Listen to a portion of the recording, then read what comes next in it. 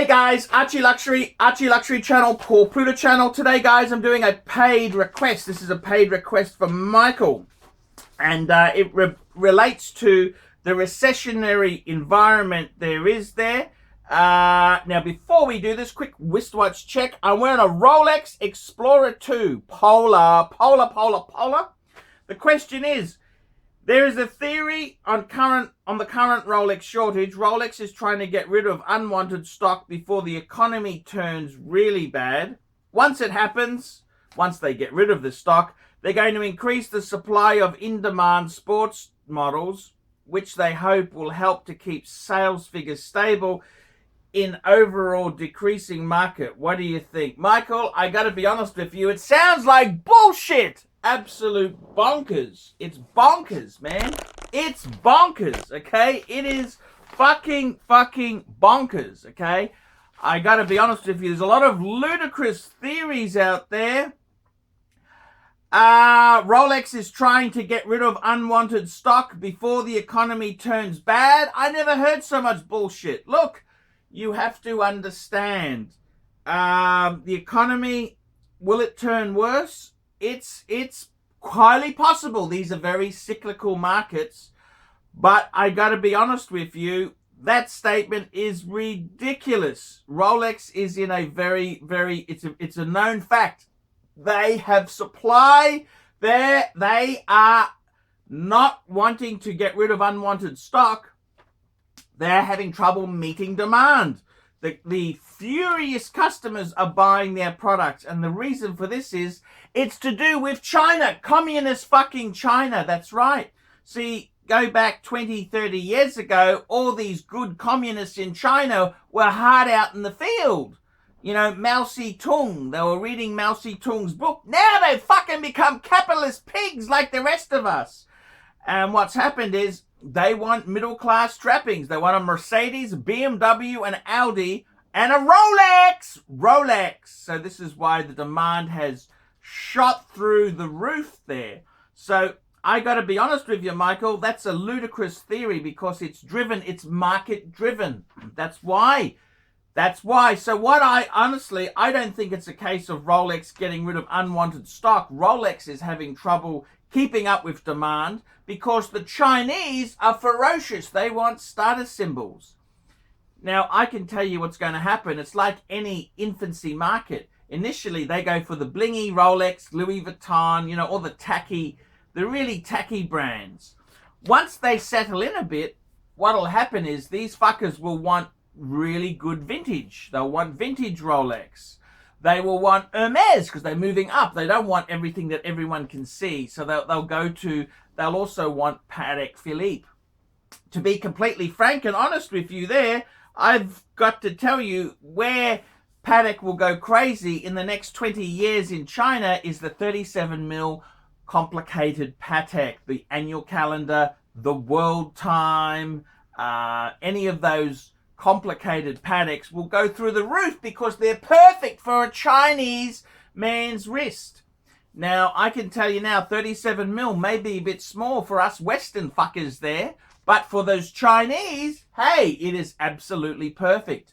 So I think you will see Rolex, people will want vintage because at the moment they want the shiny and blingy, look at me, Submariner, GMT, they want all that sort of shit. The Panda, yeah, it's all cool.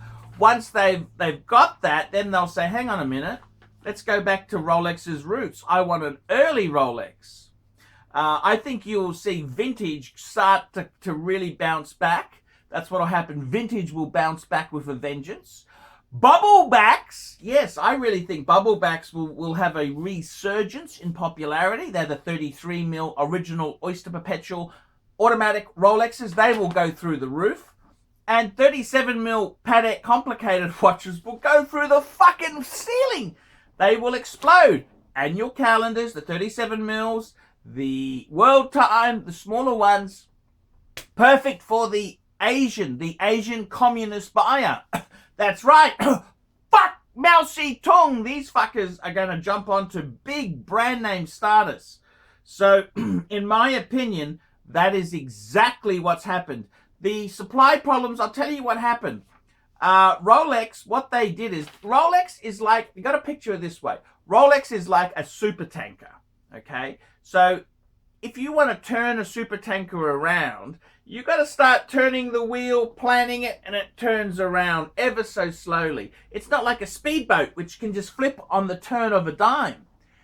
So what's happened is, last time, Rolex themselves got really worried. After the previous market crash, then they saw murmurings with China. You know, the fake, they got fake Chinese cities to keep GDP up. All these fake financial Kama Sutra techniques to keep the market buoyant. Well, it's all bullshit. So Rolex realized this and said, we're going to scale back production.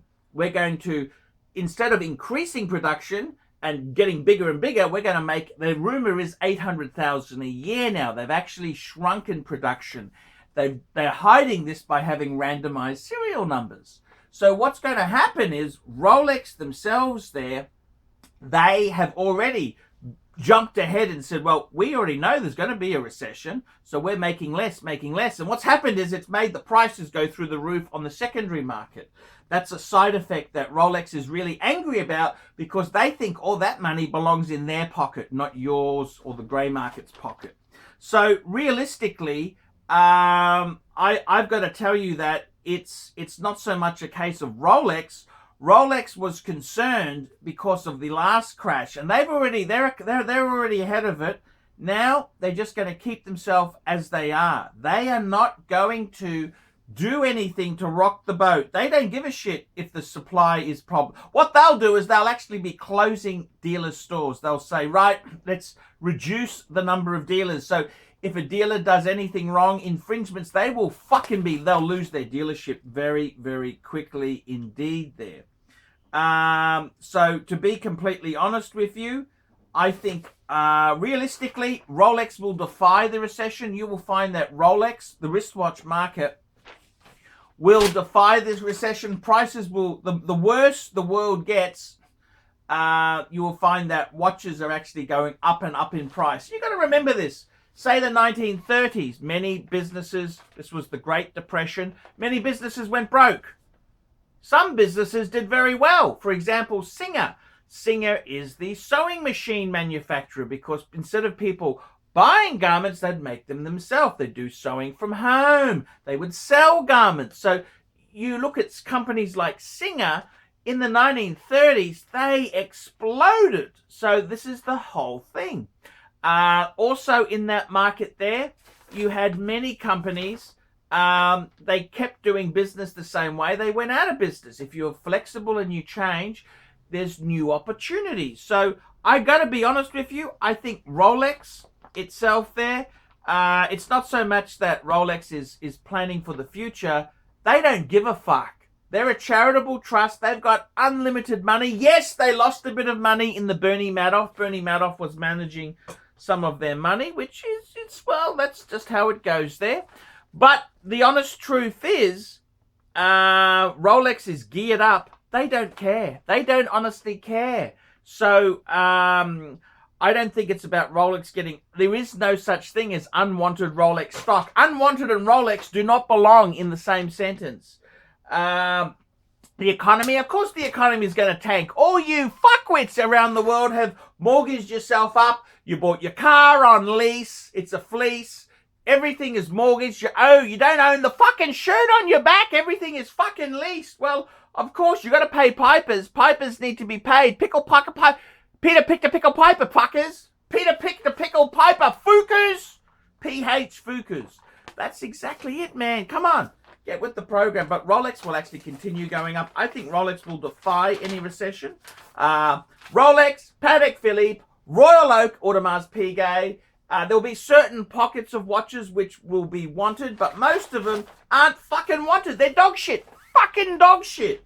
That's what it is, man. It is fucking dog shit. A lot of this stuff is fucking dog shit. So that's why you should tune into the Pontiff. Tune into your Pontiff. Find out what's hot, what's not, and stay away from the dog with fleas. If you stay away from the dog, you won't get the fleas. So there you go, guys. That's a bit of ArchieLuxury folklore. I'm Paul Plitter. Tell me what you fuckers think of that. Like, subscribe, tell your fuckhead friends, and don't forget to put some nasty comments down below. Okay, guys, until next time, ciao, fuckers.